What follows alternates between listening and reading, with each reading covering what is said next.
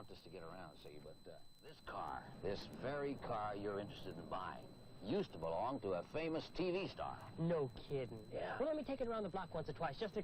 Oh, I wish I could, Mac, but I can't. New insurance law, you see. If you should happen to hit somebody, I mean, we'd be in real trouble. Look, if you like the car, why don't you just sign the contract? Then you'd own it, and you could drive it all you like. Yeah, but... She's in great shape. A real cream puff. Yeah. And if you should happen to have any trouble with it, well, we'll split the repairs with you, 50-50. 50-50? Well, that sounds like a good deal. It's a steal. Look, I got a guy right now with all cash just dying to buy this car. Oh. But I'm partial to you service guys, you know. Used to be one myself. Oh. Now, this is the kind of car that a guy like you ought to have. Look, why don't you just sign right here and she's all yours. $200 down, the balance over the next 18 months. You won't even miss the money. Marine, you have just made a very foolish mistake.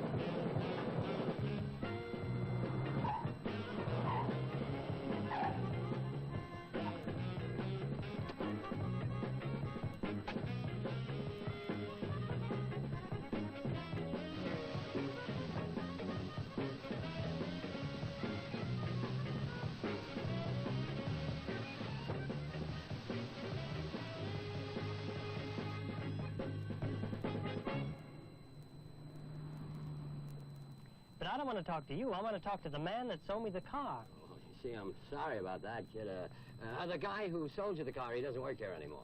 He doesn't? I only bought it this morning, and there's something wrong with it. Look, this car was in beautiful shape when we had it. Now, we can't be responsible for what's happened to it after you've driven it. Yeah, but the man who sold me the car said that you pay for repairs 50-50. 50-50? Did he tell you that? That's why we had to get rid of him. I mean, promising things like that, it's against company policy. Now, our contract reads, you buy them as is. Yeah, but this man says the transmission's bad and the engine needs overhauling. They're expensive to fix. Look, I'm sorry you got a problem, but we can't help you now. Would you mind getting this wrecker off the lot? It makes a bad impression. I'll tell you what.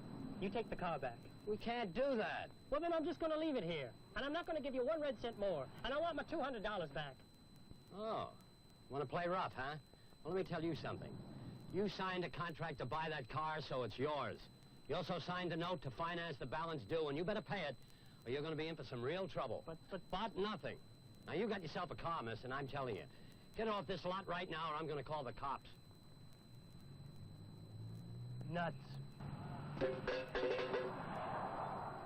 Yes, Marine, you have made a very foolish mistake. And unfortunately, you're going to have to pay for it. Just as many other servicemen are paying for similar foolish mistakes they've made. I was cheated, that's what I was. The world is full of people who will take advantage of you. And it seems that the serviceman is their favorite prey. Well, I don't know why I just couldn't let them take back the car. You know, just sort of a square thing. There were 2 reasons why you couldn't. 2 pieces of paper you signed. One is a contract you didn't read, agreeing to purchase the car as is from the used car dealer. The other is a loan agreement to pay for the balance of the purchase price. No matter what happens to the car, you still have to repay the money you borrowed. Oh, me. I never did understand things like signing contracts and borrowing money and all that. You're not alone. Managing money can be a very confusing and difficult matter for anyone. You'd be surprised how many servicemen get themselves into difficulty because of unwise buying practices. Some buy things on impulse. They use charge accounts as if what they were buying were free. Happy birthday to you. Happy birthday to you. Happy birthday, dear Florence. Happy birthday to you. George, you know it's not my birthday for another 6 months. Well, happy unbirthday then. I just bought this for you because you're so nice. George, where did you get the money for that TV set? I charged it, love. It was such a bargain. It was on sale and I just couldn't resist it. George, how could you? You know we can't afford it. I know you want a TV set in the bedroom, but we just can't afford this one. We still have 15 months to pay on the one we bought last year. What difference is another 2 months? If George had had enough cash to pay for that second TV set, chances are he'd never have bought it. Instead, he let himself get carried away with an impulse credit purchase and has taken a step toward financial difficulty. But it's not only husbands who are tempted into foolish buying practices. Many wives get caught up in department store revolving accounts and find themselves in perpetual debt.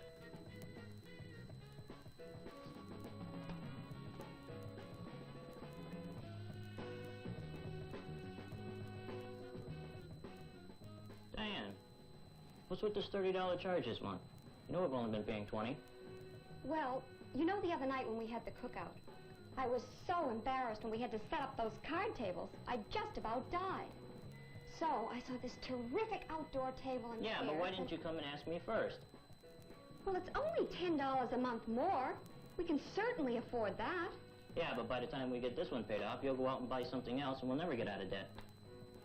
All credit purchases should be paid within a definite period of time. Revolving charge accounts are very convenient, but it's awfully hard not to keep using them, especially on purchases that aren't really necessary. The result? Future income is obligated for months or even years. Of course, buying things that aren't really necessary is a major problem for most people. You're a natural-born dancer. Oh, oh, that's okay. Oh, you're catching on very fast. Oh, all you need to do is develop your natural talent. You were excellent. With a few more lessons, you'll be dancing just like a professional. Here's the contract I was telling you about. 1/3 off if you sign up tonight, and you're on your way. On his way is right. That contract commits him to months of dance lessons that will cost him hundreds of dollars. Self-improvement courses are fine, if you can afford them. Unfortunately, that thought seldom crosses the mind of the victim.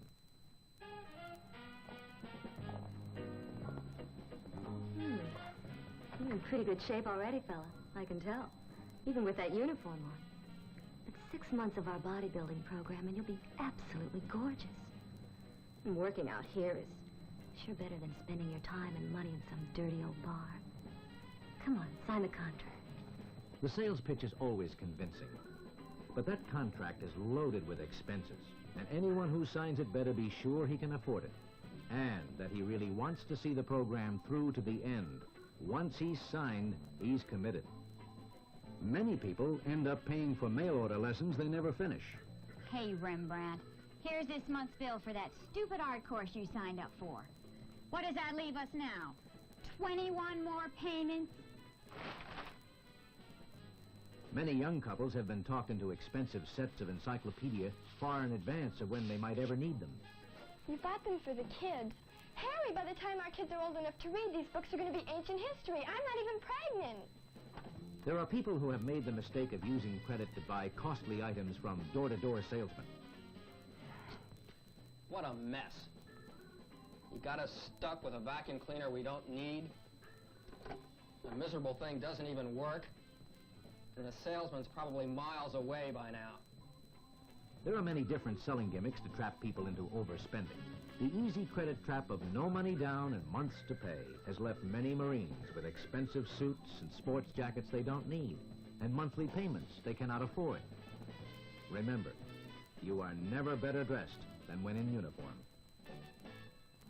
But buying used cars seems to get servicemen into the most trouble. Hey, Charlie, look at this transmission. Filled with sawdust. That's the Marine's car, isn't it? Boy, how can a guy be dumb enough to buy a used car from a place like he did without getting it checked out by a mechanic first? Yeah, with this transmission job and engine overhaul, he's going to be out nearly $300. And he only bought it this morning. Yeah, and then... You can avoid trouble when you buy a used car by shopping at a reputable dealer. But even here, it's a good idea to get an expert's opinion of the condition of the car first. Get a mechanic you can trust to check over the car before you buy it. There's always someone in the motor pool who will help you. His know-how can save you many headaches and considerable money later. Of course, you should never sign the contract, or any contract, without reading it carefully and knowing what is in it. It doesn't matter whether it's a contract for a used car, or a series of dancing lessons, or a house full of furniture. Not reading and understanding what is in it can cause you a lot of trouble. In every case, check out a contract with your legal assistance officer before you sign it. He can alert you to possible problems. This contract has one catch, Sergeant. It says you must pay the balance in full before you leave the area. Now, how long do you expect to stay in the area? My tour is up in 2 years, sir. And you want to pay for this furniture over a 36-month period.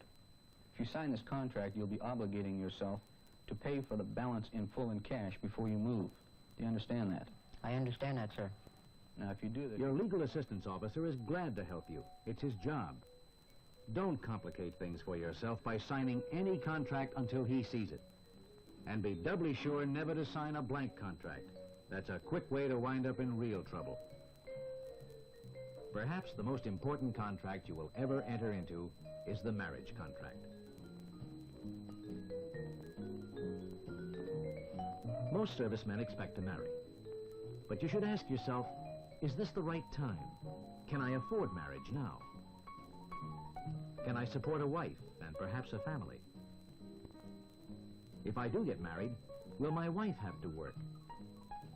If so, will the kind of job she can get lead to personal difficulties? Will she be happy far away from home, living on or near a military base? Would it be better if I waited till my tour is up?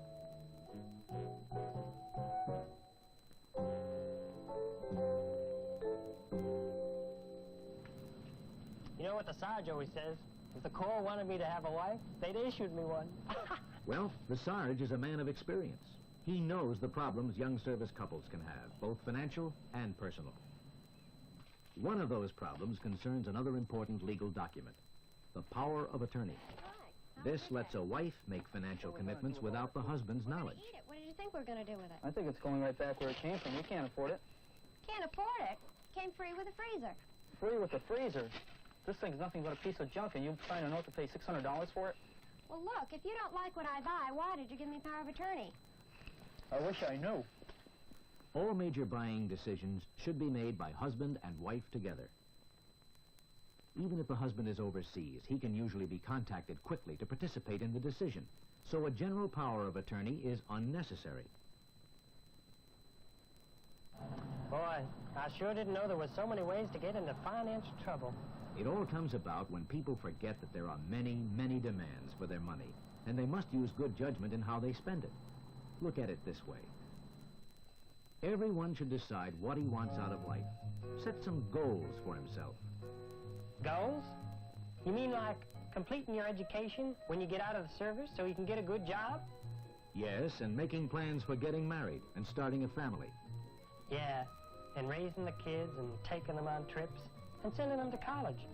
And then maybe retiring and taking it easy. That's right. All this takes money. Enough for you to have the things you will need. Enough set aside through insurance and savings so you don't have to worry about the future. Enough for doing the things that are fun. Chances are your goals will always require more money than you have at any given time, but they give you something to plan and work toward. No matter how much money you earn, you should budget it so you know exactly how much you have to spend after essentials are taken care of. For example, suppose a family earns $500 a month gross income. After deductions for Social Security and federal income tax, they are left with a net of $450. Then they have other essential expenses that must be met each month. Housing, food, clothing, and transportation. Now they're left with $200. But they must consider such things as insurance, cleaning and repair, entertainment, and savings, too. Ideally about 10% of income. That leaves $80 for buying the extra things they need or want. They can't let their purchases exceed this figure or they're in trouble. Now, this isn't easy, no matter how much a person earns. That's why credit is used by so many people, to help them buy the things they need today with the money they will earn tomorrow. You mean it's okay to use credit after all? I mean, after hearing about all those financial troubles other servicemen got into, I felt kind of guilty about signing that agreement to buy this car. As my daddy always used to say, don't spend it if you ain't got it. But using credit wisely is an important way of extending the money you have. Credit plays an important part in most people's lives. In fact, a good credit rating is one of the greatest assets you can have. A department store charge account is another form of credit. It usually requires full payment every month. The problem comes when people forget to plan their purchases in advance, and the total charges exceeds the income they have left over at the end of the month. Another form of credit is used by many people to buy big items like large appliances or cars. Almost no one can pay cash for them, so they pay for them in installments, plus an interest or service charge on the unpaid balance. Again, they have to be sure their monthly installment payments are within their budget. Well, that's the kind of credit I got, buying this car. And I do have enough money left over to make the payments. Well, that's good.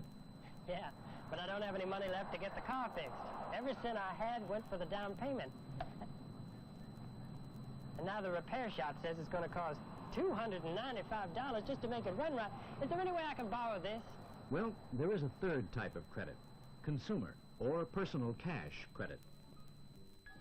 It allows people to borrow money to meet unexpected emergencies, to make worthwhile purchases, or to meet other financial obligations. Personal loans may be available from banks, credit unions, or consumer finance companies.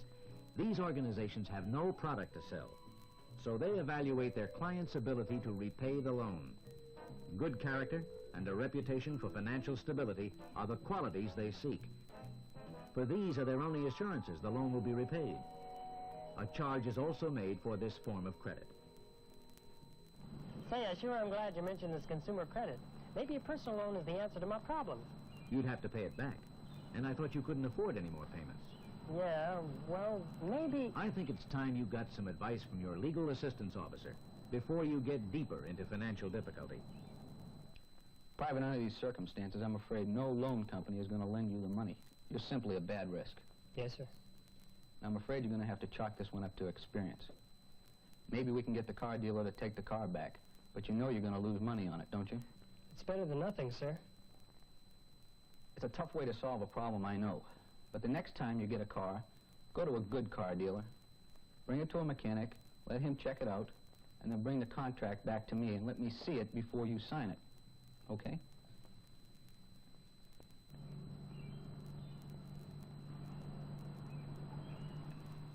So they bought it back from you, huh?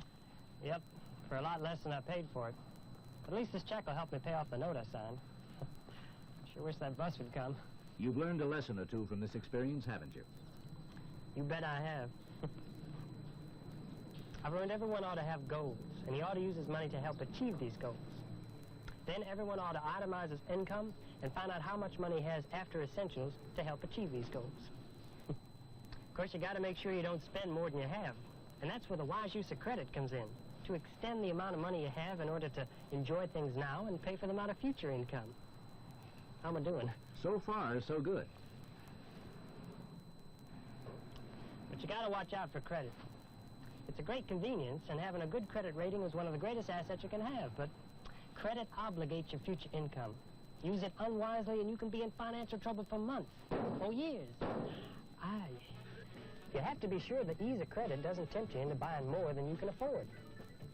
You got to avoid buying things you don't need. When you do buy, it should be from a reputable merchant. You should never sign any contract until you understand what's in it. Make sure anything the salesman promises you is included. Let your legal assistance officer go over it with you. And you should think twice about getting married before you are ready for it financially. I guess it all boils down to this. Wise money management is many things. Using good common sense, not getting overextended, looking at the full price of every item you want to buy as if you're going to buy it with cash. Right. And be sure to include the cost of financing, because borrowing money costs money. Yeah, but how do I know how much it'll cost? The place you borrow from is required by law to tell you the interest rate. Be sure they do. Well, that sounds like good advice. Oh, here comes the bus back to the base.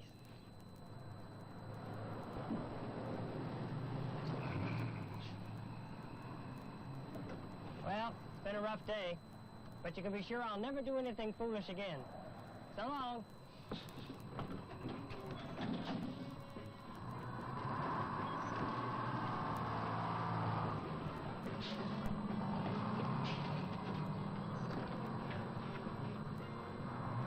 I forgot I didn't have any money. Only this check. Well, guess I'll walk back to the base.